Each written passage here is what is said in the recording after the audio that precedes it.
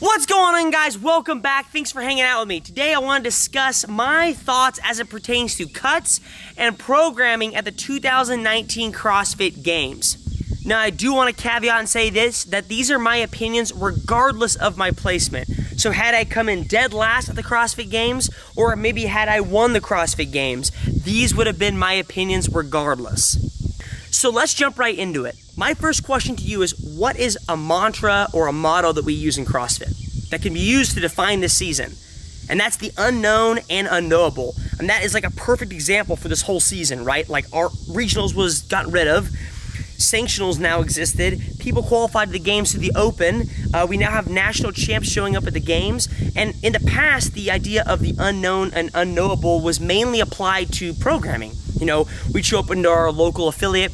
We do long workouts, maybe short workouts, maybe workouts with thrusters, maybe workouts with running. And so it was unknown, unknowable because our bodies had to adapt, and that's how we really define our fitness. Our bodies had to adapt to so many different things, and that's how we got fit over a long period of time.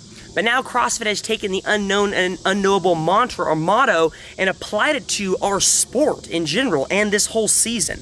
One huge unknown and unknowable thing this season was the idea of cuts being at the 2019 Games. Now, as an athlete, we knew some information behind it, right? We knew that we were going to start with 150 guys, and after event one, we were going to cut to 75. And then we knew at some point there was going to be some cuts throughout the weekend. We didn't know when or at what point, but at the end of the competition, we were only going to have 10 athletes. So we did have a little bit of givens, but in between the idea of 150 to 10 athletes, there was a lot of unknowns amongst that. Now, if you go on the internet and look up the idea of cuts, there are really two big arguments that people are arguing about or defending. Number one, were the cuts too big, too deep, or too soon? Now, that's something I don't really want to discuss because there's not a whole lot of information that I can provide a logical opinion that is backed by some kind of good argument. Number two, though, is one I can discuss, and that is the order of events. And did the order of events change or affect who was moving forward? And that is something we can discuss and really talk about. Now, I could sit here all day and we could argue back and forth about which events should have been first and the order of the events and, you know, why they cut certain athletes the way they did and how they should have changed it to make sure that it was more fair for everybody. And we can go back and forth and argue for hours about it and get absolutely nowhere. But there's no benefit in that, right? Because like I've mentioned before, you're not going to accomplish any arguing on social media. So instead, I want to present to you what I think is a logical blueprint for why they chose the events they did, and we can walk through each one. Now, I'm hoping you guys have seen this before. For those of you that have a level 1, you've probably seen this CrossFit Pyramid, which is also called the Theoretical Hierarchy of Development. I'm just going to call it a CrossFit Pyramid. It's a lot easier, okay? And so it's also in your level 1 handbook if you took your level 1. If you haven't seen it, you might have seen it on the internet somewhere. Some of you might not have seen it. And so I really want to walk through what it is, explain what it does, the purpose of it, and how I think the CrossFit Pyramid was used to choose the order of events at the games. So, for those of you who haven't seen a CrossFit Pyramid before, what is it and how do we decipher it? The idea is similar to a food pyramid, right? The foundational, the building blocks, the base of it is the most important. So nutrition is the most important as developing as a CrossFit athlete. And the next thing that's most important to you as a CrossFit athlete is your metabolic conditioning. You know, you're running, you're rowing, you're swimming, you're biking, your double unders, your burpees, that kind of stuff. And then the idea is gymnastics. How do you move your body in space? And the next most important is weightlifting. Now that you know how to move your body in space, how do you move your body in space, but also an object you're holding on to? So a barbell or a kettlebell or a dumbbell or anything of that nature. And the next thing is sport. So the least most important thing is sport.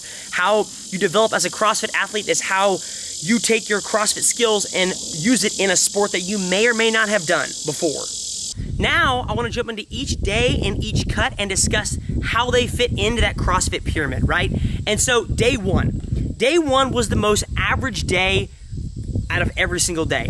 We touched every single modality that day. We did gymnastics, we did weightlifting, and we did metabolic conditioning for the first event. We had the run, the legless rope climb, and the snatch, and then we had the row, the kettlebell push press, and the handstand walk. So in terms of day one, we hit everything. Essentially what was happening was every chance was given to an athlete to prove they deserved to be there. They had the ability to touch a barbell. They had the ability to show their gymnastics off. They had the ability to run or row. I think the opposite of that would have been, had we pigeonholed athletes, we might have eliminated people who deserve to be there. So for instance, if the first workout was like a 1 rep max clean, or the first workout was a 6,000 meter ruck run, or the first workout was a 1,000 meter swim, you might have eliminated people who deserve to be there because you pigeonholed the workout so much to be one single thing. Whereas in day one, in this sense, they had each modality represented inside each workout. So it turned out to be a very average day, and I think a really good test of fitness.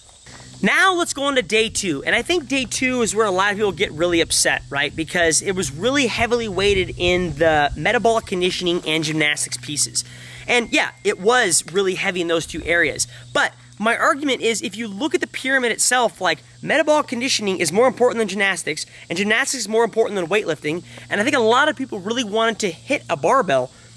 But if you look at it and say, okay, this pyramid is how CrossFit is telling you to develop as a CrossFit athlete, they're not placing as much emphasis on weightlifting as they are on running. So let's go through each event, right? So event 1 was the base of that pyramid, metabolic conditioning, right? It's the base of that pyramid. I'm going to take out nutrition because I'm assuming you're eating right between events. So the 6,000 meter run was the base of that pyramid. And then, if you made it past that event, if you did well on the 6,000 meter ruck run, then you got to do sled sprints and bar muscle-ups, which is a combination of metabolic conditioning and gymnastics. Now, if you made it past that event, you got to do gymnastics in a whole workout for Mary. So it's almost like we're moving up the pyramid. Like, okay, we start out with a run. If you did well, you can move forward. You obviously worked on that over the year. Then now I'll let you do a sled sprint, kind of metabolic conditioning, and some gymnastics. Okay, did you do well? Cool. Let's move on. Now let's just do gymnastics. And so that's day 2.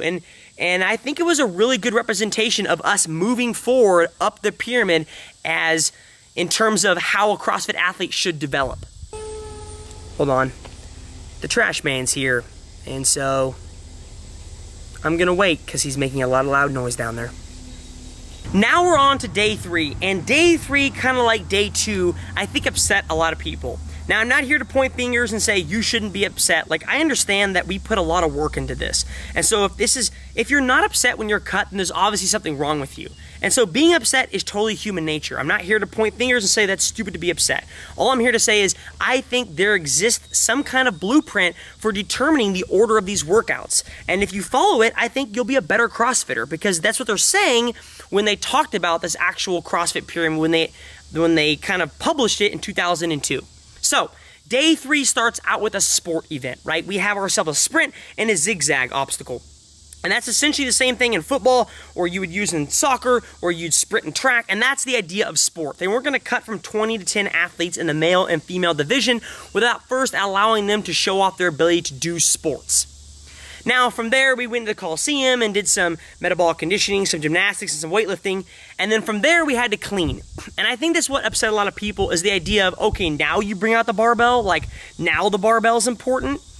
And I understand that, but if you look at it from the perspective of that actual pyramid, you can see that, hey, weightlifting is really high up there in that pyramid. So if you're not focusing on your gymnastics, or you're not focusing on your metabolic conditioning, then maybe you need to focus on those two in order to make it to the weightlifting portion. And I think that's what they were trying to get at was, yeah, we put the weightlifting past the final cut because we're not placing a lot of emphasis on it, because if you look at the actual pyramid, it's not really emphasized as much as gymnastics and the metabolic conditioning piece. And so that's why I think it was later on in the week, because in the pyramid, it's not emphasized. And so at the CrossFit Games, it also wasn't really emphasized. And now we're on to day 4. And so day 4, we've already made all the cuts, right? We only have 10 men moving forward. And when you look at the programming for day 4, to me, it looks like we're pretty much trying to hit everything one more time and give everybody another chance and another option to claim the title of fittest on earth or move up the leaderboard. In event number 1, we swam 1,000 meters and paddle 1,000 meters. And to me, that's metabolic conditioning and sport. And then we went into the Coliseum and we tested our metabolic conditioning on a bike and then our gymnastics on toes to ring. Then we rested a small amount of bit and came back and tested our burpees, our metabolic conditioning, and our weightlifting on an overhead squat. And then for the final event, we came back and we did clean and jerks, weightlifting, muscle-ups, gymnastics, and then snatches, more weightlifting. And so I think day 4 was a really good kind of sum of the parts, right? Like, if you took day 4 and separated it, it would actually probably be a really good programming for just a one-day competition. Whereas the other days were somewhat heavy in weightlifting, or somewhat heavy in gymnastics, or somewhat heavy in metabolic conditioning, day 4 is kind of pretty much average across the board and really would be a good solid day for programming for a one-day competition like I mentioned. Now, don't take my word for it. I've been wrong before, and I'm probably going to be wrong again. So I'll make sure to include the information of what percentage of movements were tested at that point in time, cumulative, at each cut. So for instance, at cut 3. At cut 3, 29% of the movements tested had been weightlifting. 29% of the movements tested had been gymnastics. And 43% of the movements tested had been metabolic conditioning. I'll make sure to include that for every single cut. And so you can make the decision of, did CrossFit HQ, did Gabe Castro, or did Greg Glassman essentially just use that CrossFit Pyramid, that idea of how do you develop a CrossFit athlete? Did they use that as an idea for determining what the order of events are, or how to program for the games? Because like I mentioned, it's really hard to get into and discuss the idea of, were the cuts too deep? Were they too big? Were they too soon? That's all pretty much left up to CrossFit HQ and logistics. Like, you can't sit here and argue that. It's very hard to argue. But what you can argue is the order of the events. Because maybe the order of the events would have allowed certain athletes to get further in the weekend. But what kept them out has to be looked at. And if what kept them out was the idea they're not good at a ruck run, then maybe they need to focus on the metabolic conditioning. And maybe they were upset that they couldn't get to the weightlifting portion of the weekend. And I'm sure a lot of people were upset about that. But then you need to ask yourself, okay, well, why didn't I get there? Was it because I haven't focused on the smaller pieces in that pyramid? And if that's the case, then maybe your focus needs to be changed and attuned to that portion of developing a CrossFit athlete, or CrossFit's version of their pyramid.